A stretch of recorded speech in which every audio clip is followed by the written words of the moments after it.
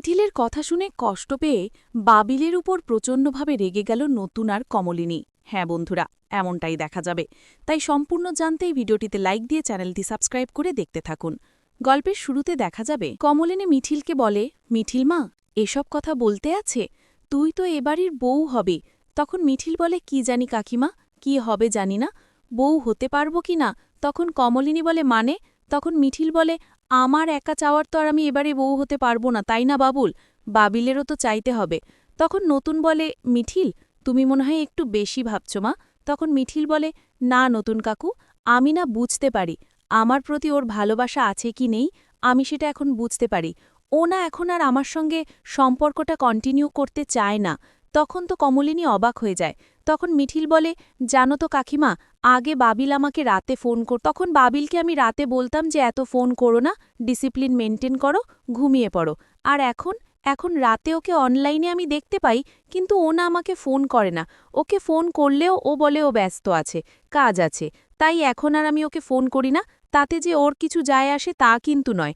ও কিন্তু আমাকে একবারও ফোন করে না। এই যে এই বাড়িতে আমি আসি বা না আসি তা নিয়েও কিন্তু ওর কিচ্ছু যায় আসে না। ও এখন আমার প্রতি আর কোনোরকম কোনো ইন্টারেস্ট পায় না।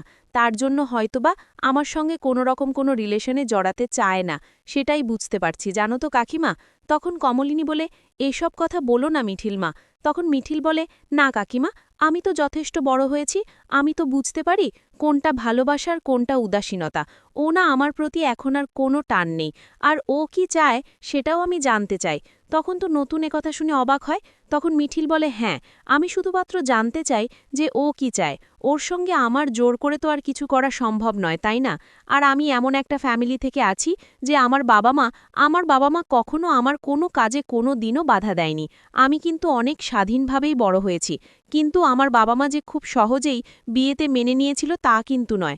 আমি ওদের অনেক কষ্ট করে রাজি করিয়েছিলাম। কিন্তু এখন আমার বাবা মা বলে যে বিয়ের কথাবার্তা তো হয়েই আছে, কিন্তু বিয়ের কথাবার্তা এগোচ্ছে না কেন? তখন না ওদের আর আমি কিচ্ছু বলতে পারি না। জানো তো কাকিমা, তখন আমার খুব লজ্জা লাগে। তখন কমলিনী বলে, মিথিল মা, তুই তো জানিস কত ঝামেলা গেল এই বাড়ি থেকে। তখন মিথিল বলে, ঝামেলা শেষও হয়ে গেছে, আরও কত দিন হয়ে গেছে আন্টি। তখন নতুন বলে, দেখ মিথিল, আমি কিন্তু সব বুঝতে পারি। আমরা যে অবুঝ তা কিন্তু নয়। তোর কাকিমার সঙ্গে কিন্তু আমি এই নিয়ে কথা বলেছি। তোদের বিয়ের কথা খুব তাড়াতাড়ি আমি বলবো। আর তোদের বিয়েটাও না আমি খুব তাড়াতাড়ি দিয়ে দেব। এই নিয়ে আমাকে বাবিলের সঙ্গে কথা বলতে হবে। আমি বাবিলের সঙ্গে কথা বলবো, তুই চিন্তা করিস না। তখন এই কথা শুনে মিথিল অবাক হয়। তখন নতুন বলে, হ্যাঁ, আমাকে তো বলতে হবে বাবিলের সঙ্গে কথা, যে বিয়ে নিয়ে ও কি ভাবছে। তখন মিথিল বলে, না নতুন কাকু, আমি তো কারোর উপর এভাবে ঝুলে পড়তে পারি না, তাই না? তখন নতুন বলে, মিথিল মা, সম্পর্কটাকে না এরকমভাবে দেখতে হয় না। তখন মিথিল বলে, না নতুন কাকু, সব সম্পর্ক একরকম হয় না। সব সম্পর্কের মধ্যে একরকম টান মায়া থাকে না। দেখো না বাবিল এখন আমার সঙ্গে বিয়ে করতে চায় কি না সেটাও তোমাকে জানতে হবে। জানতে তো হবে, জেনে তো নিতে হবে। তখন কমলিনী বলে, মিথিল মা, এরকমভাবে বলতে হয় না মা, তুই আমার এই বাড়ির বউ হয়ে আসবি, আমি তো আর কিছু চাই না। তখন মিথিল বলে, কাকিমা, আমিও তো চাই আমি এই বাড়ির বউ হয়ে আসব, কিন্তু সেটা তো আমি একা চাইলে হবে না, বাবিলকেও তো চাইতে হবে। বাবিল আমার মনে হচ্ছে যে ও এখন আর চায় না, ও চাইবে না আমাকে বিয়ে করতে। তখন কমলিনী বলে, বাবিলের সঙ্গে আমরা কথা বলবো, তুই ভাবিস না, আমরা কথা বলবো। তখন মিথিল বলে, না, আসলে ও কি চায় সেটা আমাকেও জানতে হবে, যত তাড়াতাড়ি সম্ভব। তখন কমলিনী বলে, আচ্ছা, তোদের সম্পর্কটা আমি দেখেছি, আগে থেকেই দেখেছি একটু ছাড়া ছাড়া, কিন্তু কি হয়েছে বলতো? তখন মিথিল বলে, জানো তো কাকিমা, এখন না বাবিলের আমার জন্য কোনোরকম কোনো ভালোবাসা কাজ করে না। আর আমারও তো একটা জীবন আছে, তাই আমাকেও তো জানতে হবে বাবিল আসলে কি চায়। বাবিল কি আদম আমাকে বিয়ে করতে চায় কিনা, ভালোবাসে কিনা, সেটা আমাকে জানতে হবে। ওদিকে দেখা যাবে রেশমিকে প্রাঞ্জল বলে, আচ্ছা বৌমা, তোমার সমস্যা কি বলো তো? তুমি শুধুমাত্র আমার ভাইজির ওপর কেন পড়ে আছো? কি সমস্যা? আর মিঠি বা কি করেছে? এমন তো না যে মিঠি ওই ছেলেটার সঙ্গে প্রেম করছে, সম্পর্কে আছে। তাহলে মিঠি এমন কি করেছে? হ্যাঁ, তোমার মেয়ের সঙ্গে ওই ছেলেটার সম্পর্ক ছিল, আর ওই ছেলেটাই বাড়িতে আসতো, আর ওই ছেলেটা মারা যাওয়া থেকে কোথায় তোমার মেয়ের জীবন কি থেমে যাবে? থাকবে? তোমার মেয়ে কি প্রেম করবে না? ওকে বিয়ে করবে না? তখন কি তুমি এই কথাই বলবে? বারণ করবে না যে তোমার মেয়ে কেন প্রেম করবে? তখন প্রসূন বলে, আহ কাকুমণি কেন এসব কথা বলছো বলো তো? যখন আবার দেখা যাবে মৌ আর একটা প্রেম করছে, অন্য কাউকে পছন্দ করেছে, তখন আবার তার অন্য মানে খুঁজে বের করবে। আমি তো রেশমিকে চিনি, তাই না? নিজের মেয়ের বেলায় সবকিছু সম্ভব, কিন্তু অন্যের বেলায় কিচ্ছু সম্ভব নয়। তখন প্রাঞ্জল বলে, শোনো বৌমা, আমাদের বুনিমা কেমন সেটা আমরা জানি, সেটা নিয়ে তোমাকে কিচ্ছু বলতে হবে না। তখনই কমলিনীর বাবা বলে, হ্যাঁ তাই তো, তুমি আমার মেয়ের পিছনে না পড়ে থেকে তুমি তোমার তরকায় তেল তেল দাও দেখি। না, আমার মেয়ের ব্যাপারে তোমাকে ভাবতে হবে না। আমার মেয়ে এখন ভালো আছে, যার হাতে আমরা তুলে দিয়েছি সে খুব ভালো রাখবে আমার মেয়েকে।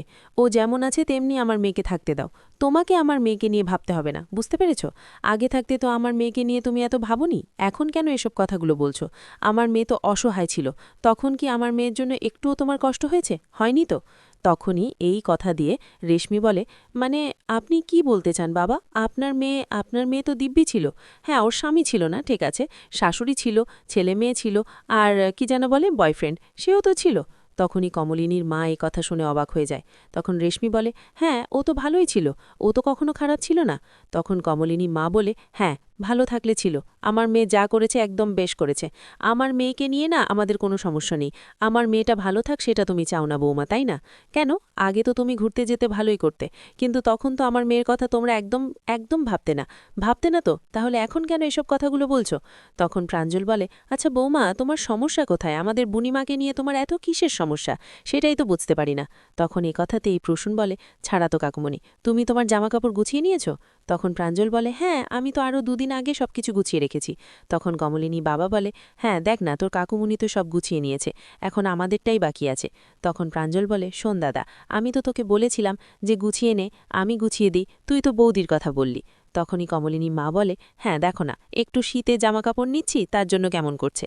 তখন কমলিনী বাবা বলে, হ্যাঁ তুমি তো বালিশ খাতা পারলে না তোষকটাও নিয়ে যেতে, সেটা তো আমি বুঝতে পারছি। আগে যখন রেল লাইনে কাজ করতাম তখন তো সব কিছু নিয়ে নিত, তারপরে এগুলো আমাকেই দেখতে হতো। তখন তো এই কথাগুলো শুনে সবাই হাসতে থাকে। তখন কমলিনী বাবা বলে, শোনো, আমরা 2 দিনের জন্য যাচ্ছি, ঝাড়া হাত পা যাব, এইগুলো নিয়ে কেন যাব বলো তো? কি দরকার আছে? কোনো দরকার আছে কি? ওইদিকে দেখা যাবে নতুন।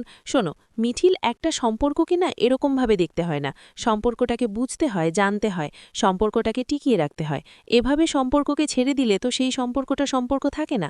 তখন মিঠিল বলে, আমি জানি নতুন কাকু, তারপরেও তুমি তো দেখছো যে বাবিলের আমার প্রতি না কোনো রকম কোনো ভালোবাসা নেই। আসলে ওরা আমার প্রতি কখনো ভালোবাসা জন্মাছো কিনা সেটাও আমি জানি না। এই যে বাবিল আমাকে চায় কিনা সেটাও তো আমাকে জানতে হবে। ওর গলায় জোর করে তো আর আমি ঝুলে পড়তে পারি না, তাই না? জোর করে ঝুলে পড়ার মতো মেয়েও আমি না। এমন না যে বাবিলের জন্য আমি মারা যাব, আমি সুসাইড করব। কিন্তু আমাকে তো জানতে হবে যে আদৌ ও আমাকে ভালোবাসে কিনা, আমাকে বিয়ে করতে চায় কিনা। আমাকে জানতে, ও যদি অন্য কোনো সম্পর্কে জড়িয়েও থাকে সেটাও আমাকে জানতে হবে। আমি যত তাড়াতাড়ি সম্ভব এটা জানতে চাই, কারণ আমারও তো জীবন, আমার জীবন নিয়েও তো আমাকে ভাবতে হবে। তখন কমলিনী বলে, মিঠিলমা এমন কথা বলছিস কেন? হঠাৎ করে কি হয়েছে বল না? তোর আর বাবিলের মধ্যে কি হয়েছে সেটা বল না।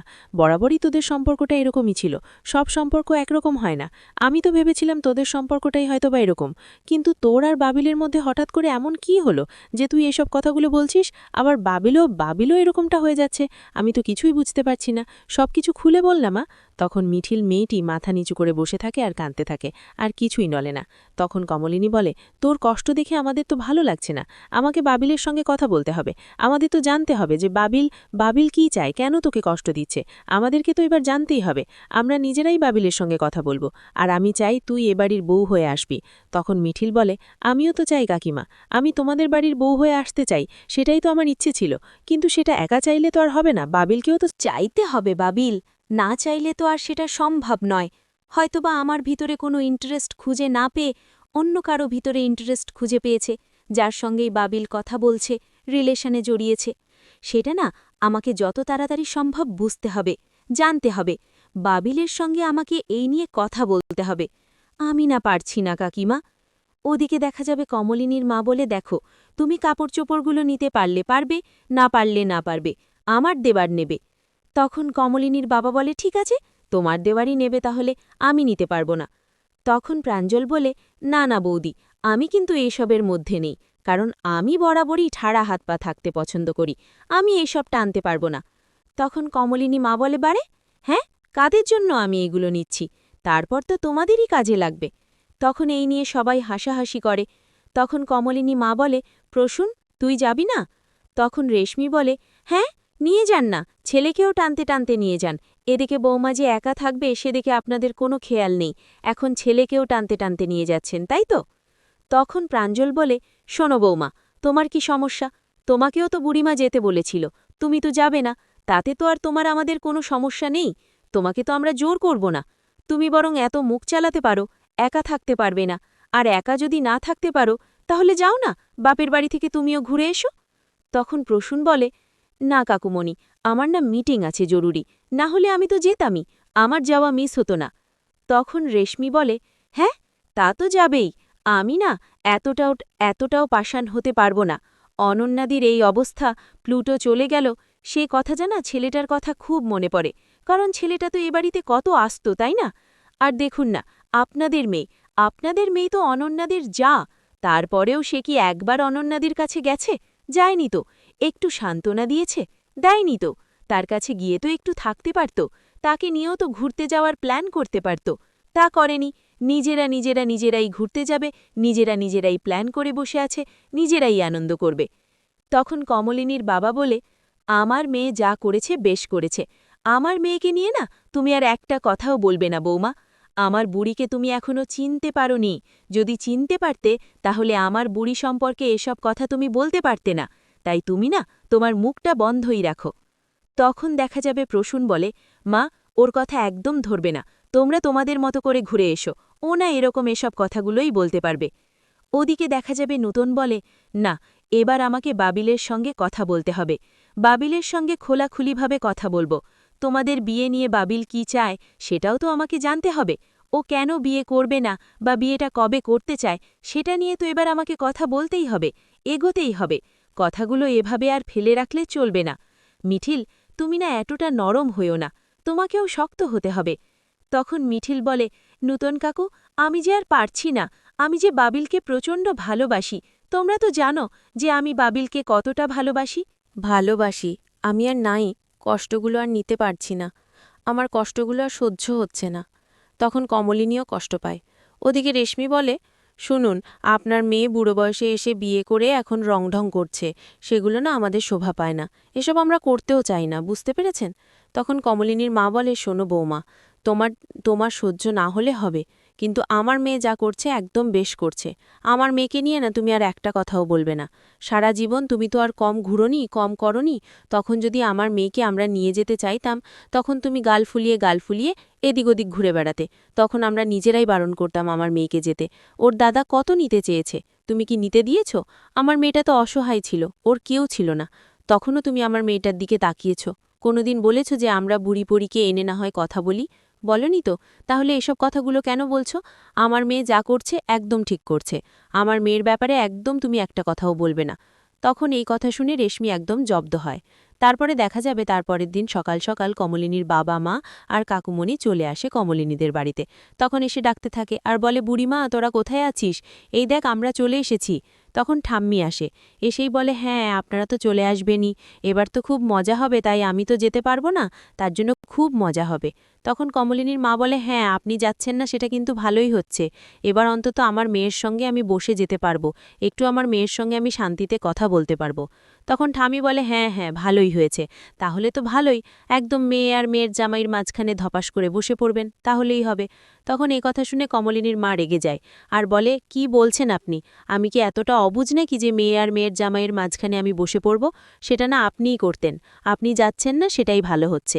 আর শুনুন, আমি না আমার মেয়ের সঙ্গে আলাদা করে একটু কথা বলতে পারবো, আর কখনো আপনার জন্য তো কথাও বলতে পারতাম না।